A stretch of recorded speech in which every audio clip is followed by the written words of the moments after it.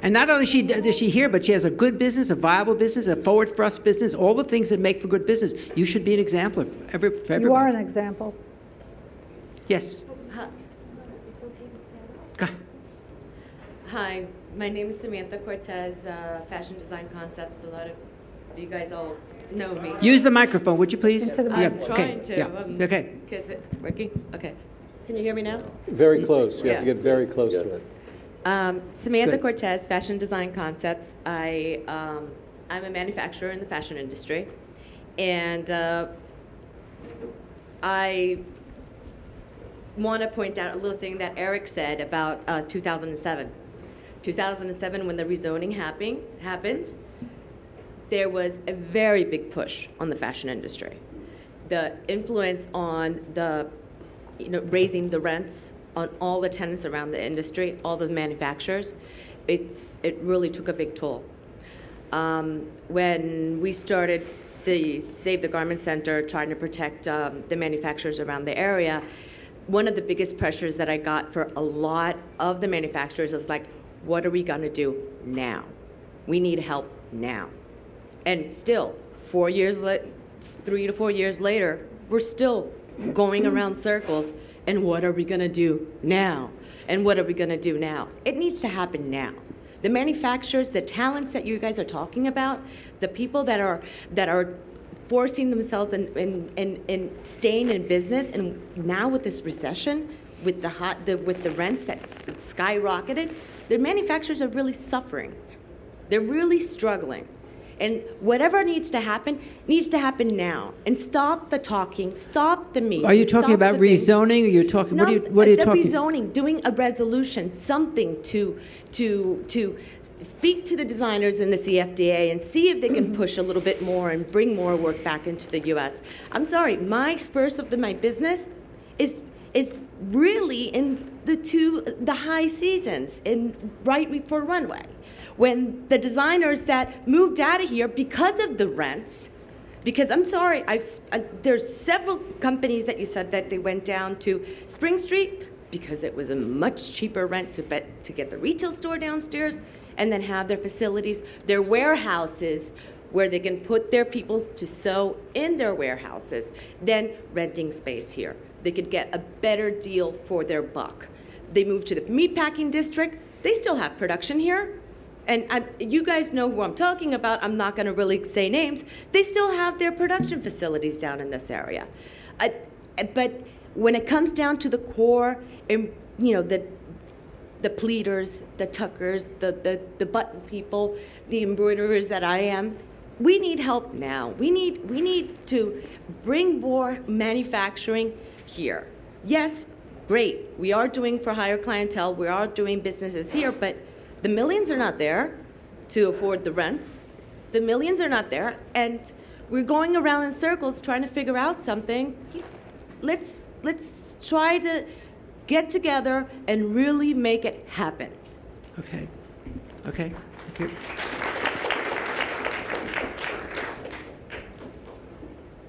Hello, my name is Leslie Yarmo. I'm a costume designer, and I wanted to talk about the sexy factor on 2 points. First is, I would imagine that the fact that costume designers use this district as much as fashion designers should be brought up, and Broadway is certainly a sexy factor, and I don't know why that isn't somehow pulled into the thought process. I'm just putting that out there. Very good.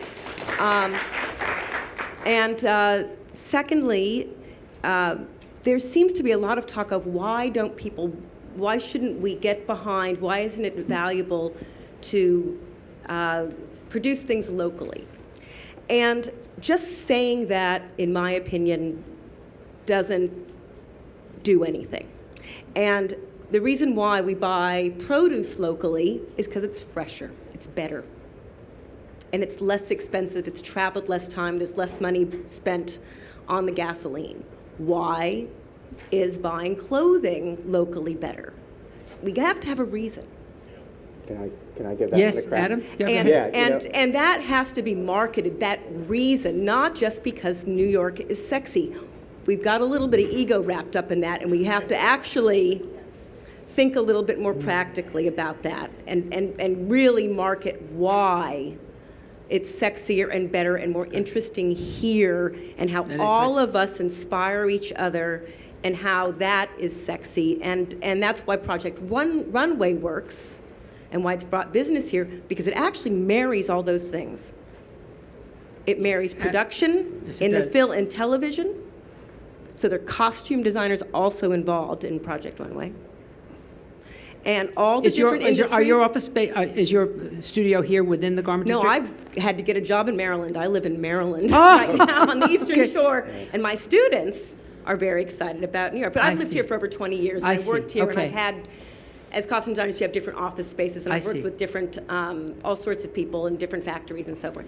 And I know I'm here with people who have had factories and produced for both the fashion industry and for costume designers and for Broadway and film and all sorts of things. And they're here also for all the same reasons.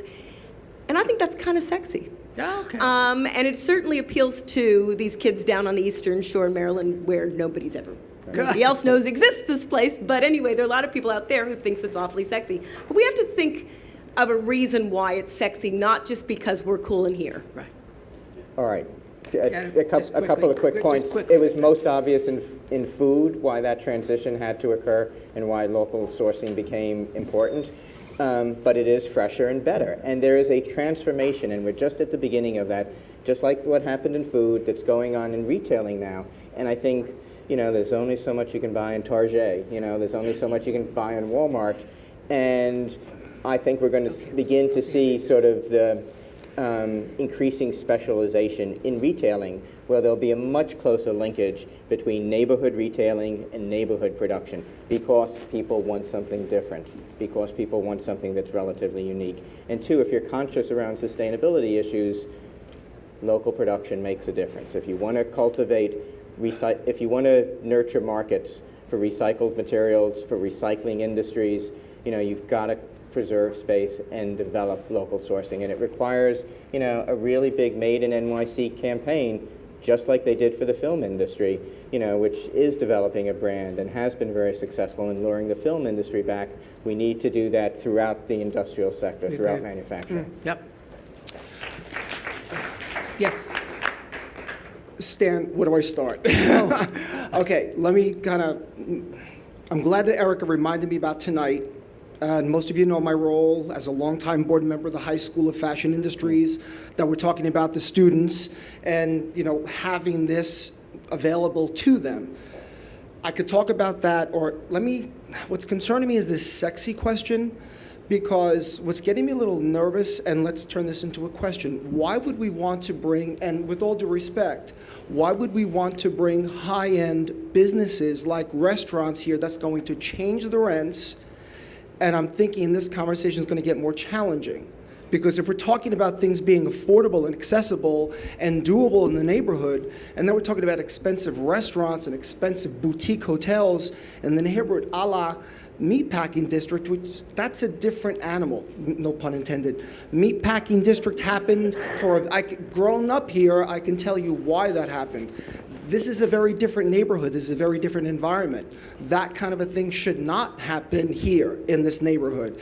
And the fellow from my neighborhood, being on 45th between 9th and 10th, 1,000 years, seeing what's gone on in that neighborhood, Celeste and Anthony can relate to this, my neighbors, as well as Stephen, although he didn't grow up here.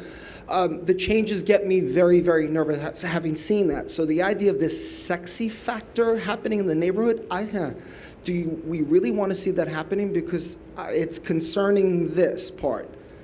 Do you know what I'm? Do you, you see what I mean? Sex is in the eye of the beholder, and I understand. Because if we start seeing expensive retail and expensive restaurants in these few streets, that's going to change the whole thing, and this is going to get worse. I think what they're talking about is finding a new way to keep this place viable, and that's just one of the parts of the discussion. If you keep it strictly as a manufacturing district, it may be more difficult than bringing in other. That's what the discussion is about today. I think we just want to be sexy on the first floor. Yeah. The upper floors will be that was very, years very ago, a boring few and blocks staid. away. What are you kidding? Come on. All right, but that's concerning me. When this is surprising Okay. to me. That's what came up, and that's, so. Okay, there. thank you. Done. Next person? Okay, you can hear me? Yes. All right, Carolyn Kostopoulos, and I own Corelli Costumes, which is a Broadway theatrical. Wow, good. And of course, I was going to talk about what he talked about, when you talked about, oh, if we have a restaurant, then we can get a high-end law firm in the building, and that just gentrifies the neighborhood, and it pushes everybody who was always there out. I mean, the artists of Soho went there because it was cheap, and then Soho got very sexy, and they all had to migrate to Chelsea, and now many of them probably can't afford to be there. But my second point was that you can do whatever you want, but all manufacturing is leaving the United States because the federal government will not impose taxes or penalties on people who send jobs overseas. And you can make rents for free, but the truth is, if I can get 2,000 pants made in China with global, if I can exploit the planet and find my slave labor anywhere, why do I have to pay people health insurance, and why do I have to pay for so they have enough money to send their kids to college, really? And that's what you're seeing in Wisconsin and all over the place. And so, but then you get to a point where if no one in the United States is working, nobody can patronize your retail stores, whether they're high-end, middle-end, or low-end. I mean, at a certain point, even that $8 dress in Walmart is too expensive if you've been on unemployment for a year and a half. And that's really, you've been watching the garment industry lose 60,000 people used to work here. And now what, you said it was 6? I mean, that's why they're going. If you wanted to save the garment industry, you needed to do it 30 years ago. You needed to do it when they were signing NAFTA and when they were, all that stuff. And really, the other thing is that all those great seamstresses and tailors, when they got laid off and lost their jobs, they didn't teach the next generation. Well, that's the question we asked before. And so if those people aren't passing skills, hand skills, not sitting behind a computer and iPadding and texting. Those are not skills. But sewing, tailoring, making things, making tangible things, not derivatives and hedge funds. If nobody's passing that information on, because that information isn't a viable trade that you can earn a living at, then basta, it's over. So you're dealing with very serious issues that are far greater than, oh, we can have a building here and we can preserve this. Well, I think your point is very well taken. I think a lot of us understand that, but I want to just go to the kernel of what Jerome said when they did this study. There is that voice that's still there. The whisper is still there, and I wouldn't say it's over at all. That's why we're here tonight. I agree with almost everything you said, but if we don't take a stand now, it will be gone. Stan, I would like to, Yeah. I think the last speaker really added another and very important dimension to this whole discussion and conversation.